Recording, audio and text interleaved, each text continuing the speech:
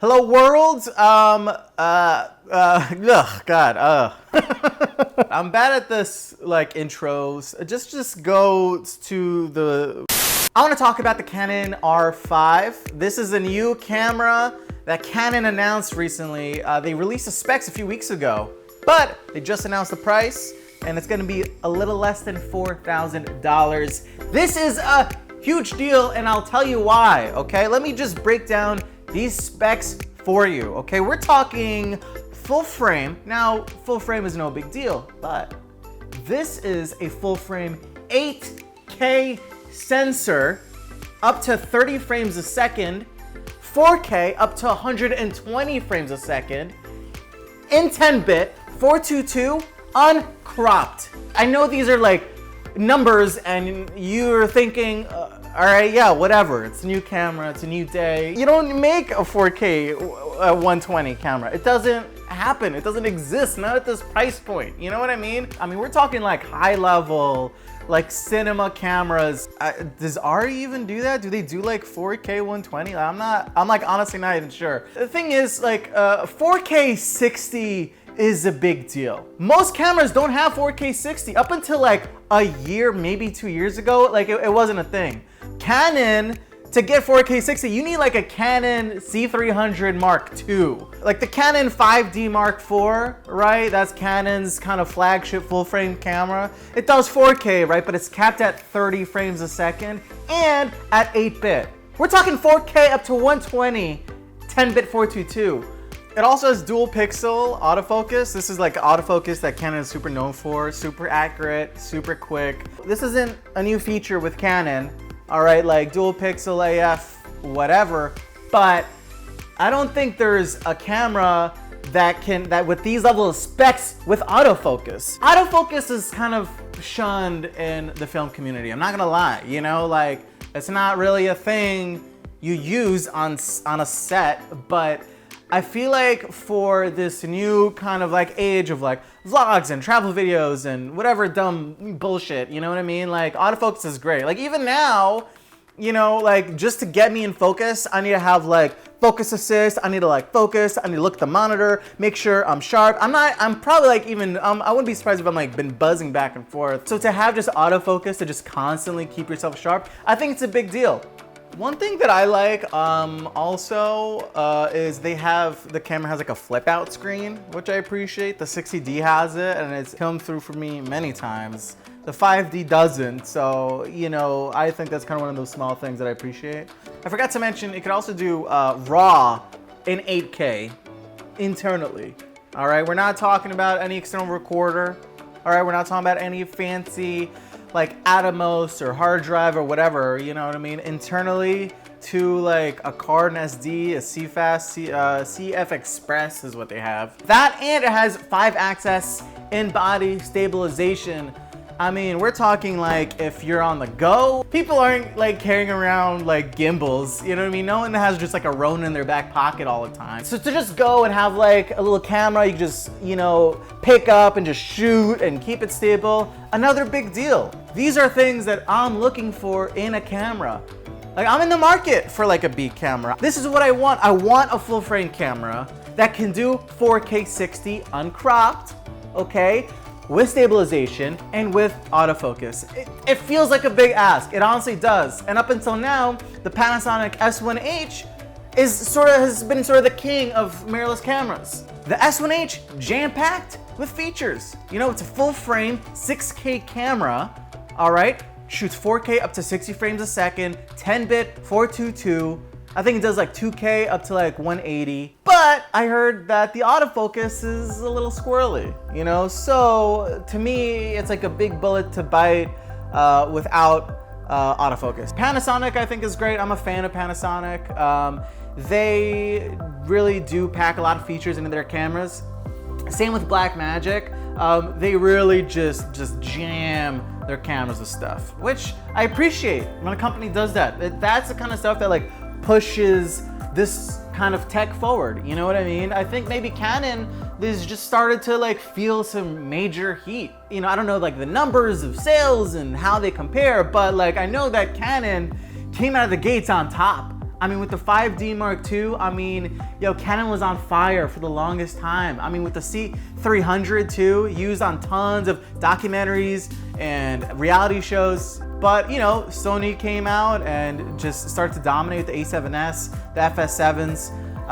And so Canon is, I think they're trying to play some catch up. Hey, which is good. You want a company to play catch up. I think that's kind of, that it draws creativity, it pushes forward the envelope. Here's the thing about Canon, like, all right, let me just say this. Like, I'm not a fan of Canon. I haven't been a fan for a while. My first camera was a Canon. It was a Canon 60D. All right, this was like almost 10 years ago. We're talking 2011. But ever since, like, I feel like all of Canon's new releases, they've just been sort of like skimping on their cameras. It's not just specs. Like the C300, like the ergonomics are weird. It's like kind of like this slim, tall body, has like a weird little monitor. Like trying to like rig it to like shoot like on your shoulder is like awkward. Like maybe I'm just a hater. Like I don't know. All of their cameras, 8-bit, 420. Like I think only like the Canon C300 has like 10-bit 422 video. Tall, like what do these numbers mean? I'm not like a bit depth expert, but I know that it's the difference between like 16 million colors and 1 billion colors. This is the kind of stuff that helps with color grading, you know? And if you're making movies, if you're making videos, films, color grading is such an important element, all right? I mean, it's like the final touch on the video. To have that kind of flexibility, that's what you want. You want that in a camera, you know? And yes, you could shoot in a flat picture profile, you know, and you can maximize the dynamic range that way, right? But the bit depth is important. I mean, these are the actual like bits of information that you're like pushing and pulling with. This is an area that Canon has skimped on for years. Over like a decade, you know? And so every year, every NAB, every Cinegear, it's like you go and like you hope with like perched ears, like, is today the day? It never is.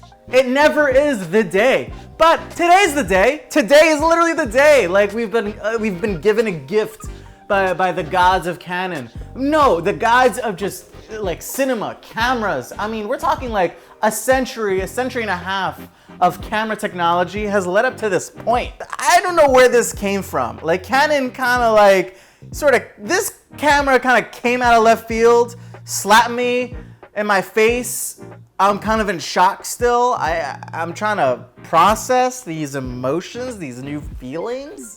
The only downside I would say is that the lens mount is an RF lens mount, which is a new mount that Canon designed for their Canon R cameras, right? And new lens mounts, I mean, they're just like, you know, they're kind of whack. The Panasonic S1H has an L mount, a new full frame camera, new lens mount. The thing is, these mounts, the lenses for these new mounts are insanely expensive, and we're talking like 3K for like one lens. You know, obviously, a lot of people have EF lenses. I have a bunch of EF glass, and they have adapters for RF bodies, of course. My question is, like, will the autofocus work on EF glass with adapters, or do you need native RF lenses for the autofocus to work? That's kind of the big question mark for me. Obviously, this camera isn't out yet, right? It's not in the wild. I don't think there's any test footage or anything like that. So once that happens, like, you know, we could really get into the nitty gritty. Has Canon released the perfect camera? Like, it's 2020. Have we finally reached perfect camera-ness? Because like at this point, I can't like think of what else I could want in a camera. The stabilization, the autofocus, full frame, 8K, 4K, the whole everything, right? I mean, it's like, and for less than $4,000, less than 4K. I mean, like, what? God, I'm like conflicted. Like, I've been like anti-Canon for so long. I mean, like, is the Canon R5 the best camera that money could buy? Well, honestly, I think yes. I honestly think they made like the perfect camera. I mean, without a doubt, like definitely the Canon R5 is the best mirrorless camera you can get today. Well, you can't order it, but it's, you know, right now, but it'll, when it comes out. Yeah, it's the best camera in 2020, for sure, hands down, you know. 2021, we'll see what happens. All right, I'm not sponsored by Canon. Yeah, I'm not like a fanboy. I am just a person who likes and appreciates cameras. Years of hunting for the perfect camera. You know what I mean? And it's like, now it exists.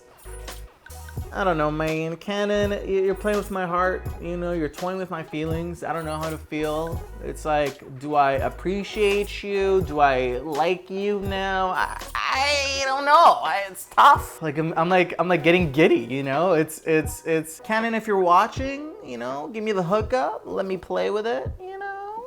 That's about it. These are my kind of boom, like initial thoughts, and it's you know. It's a lot. It's a lot to process. I'm emotional. I'm vulnerable. I'm fragile. Like my soul has been like torn apart, and I'm trying to pick up the pieces. Thanks for watching. If you like this video, let me know in the comments. Like that video, subscribe if you feel like it. All right, no pressure. This is a pressure-free zone, okay?